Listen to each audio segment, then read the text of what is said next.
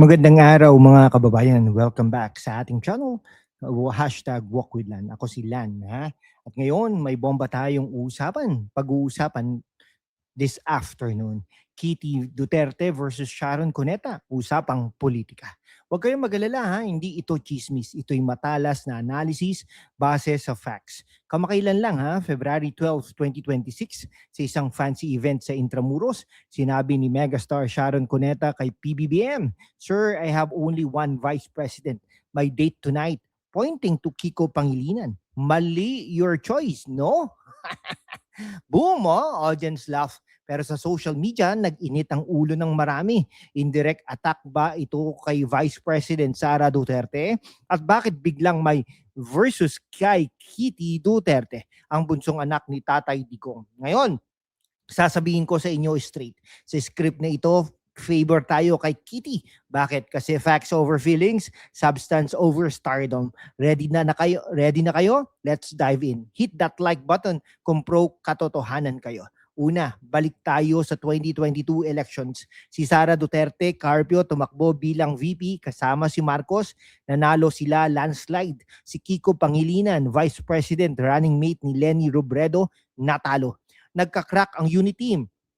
Si Sara at Marcos magkaaway na politically. Tapos biglang si Sharon, asawa ni Kiko, nagjo-joke sa harap mismo ni PBBM na mali ang choice mo sa Vice President. Witty? Oo, pero sa konteksto ng tensyon, parang subtle shade sa buong Duterte family. At dito papasok si Kitty. Hindi siya nagtatago sa likod ng fame. Sa social media, tahimik pero matapang siyang magsalita para sa ama niya at sa mga pinaglalaban nito. Witty question lang tayo. Bakit ang isang megastar na may access sa Malacanang friends kailangan pang mag-subtle dig? Bakit hindi diretsahin, ha? Ngayon, ha? Ngayon, sino ba talaga si Kitty Duterte? Ha? Veronica Aimee Kitty Duterte, bunsong anak yan ni former President Rodrigo Roa Duterte at ni Hanilet Avancenia.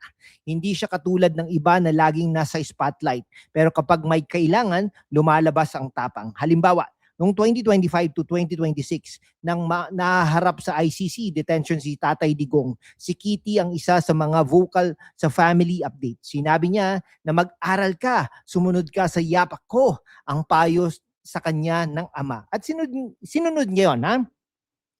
Floated pa nga siya as possible Davao City Councilor replacement. Bakit? Kasi grounded siya. Hindi siya diva. Hindi siya gumagamit ng celebrity status para magmalaki. Sa halip, ipinaglalaban niya ang legacy ng ama.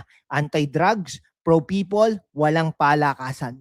Sa panahon ng fake news at altered photos na fact-check na tungkol sa kanya na umiiyak daw dahil sa health ni tatay, nananatili siyang calm at factual, hindi siya nagre-react emotionally tulad ng iba. That's maturity. Kung si Sharon ang megastar, si Kitty ang mega truth teller. Walang filter, walang script, puro katotohanan. Ngayon, let's be critical kay Sharon. Hindi natin sinasabing masama siya as person o artist, icon siya. Pero politically, let's dissect. Una, ang joke niya, mali your choice. Pero sino ba ang nananalo noong 2022? Si Sara, 61 million votes. Kay Marcos, Sara, si Kiko, 9 million plus. So objectively, hindi mali ang choice. Matagumpay ito noon. Bakit biglang mali ngayon na magkaaway na sila? Selective memory? Pangalawa, hypocrisy. Si Sharon, close friend ng Marcos family. Nagpe-perform sa event sila, nagpo-post ng pics, pero kapag may pagkakataon, banat sa dating tandem. Tapos sinabi pa niyang, I support you, pray for you. Kay PBBM, after the joke, parang love you, pero saksakin kita sa likod. O fact tayo, ha? Asawa niya si Kiko, opposition figure. Natural yan, ha? Pero gamitin ang stage sa harap ng presidente parang mag-shade. Out of touch. Para sa mga kabataan at OFWs na nahihirapan sa buhay, hindi ba mas relevant ang magsalita tungkol sa inflation, jobs o ayuda? Hindi yung personal na mali, choice, joke. Okay, Sharon Cuneta ha, megastar sa entertainment, pero sa politika parang supporting role lang na biglang gustong mag-lead pero walang script na solid. Bakit tayo pabor kay Kitty Duterte? Kasi she represents the silent majority.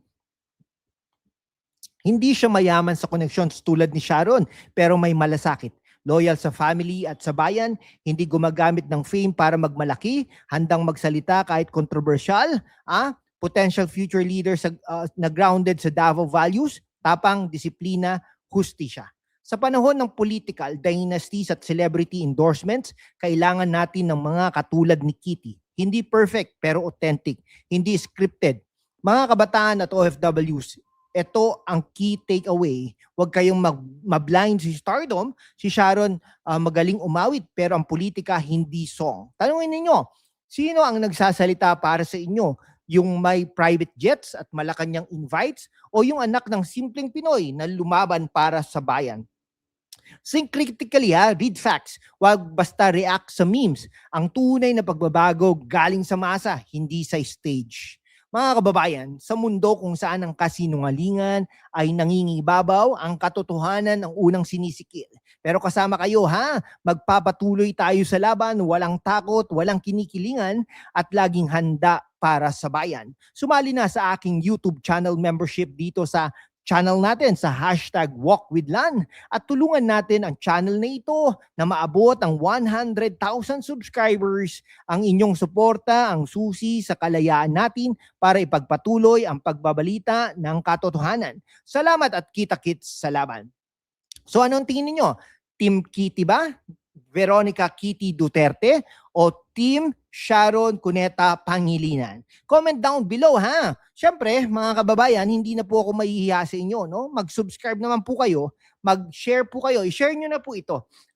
I-on na rin po natin ang ating notification bell para lagi po kayong updated sa mga videos natin na ngayon at ilalabas natin sa mga in the future, no? Marami po tayong contents dito. Una po, yung political insights. Pangalawa, finance, life, technical din po, specifically sa cybersecurity kasi professor po tayo ng IT.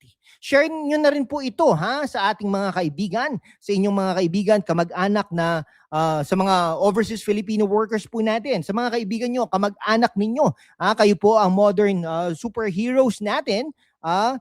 Kaya po pag pinapanood nyo po ito, talagang todo banggit namin po sa inyo dahil kayo nga po ang superheroes natin, mga kaibigan. At mag-comment na rin po kayo kung ano po ang mga next topic na gusto nyo po na pwede nating i-share po sa inyo.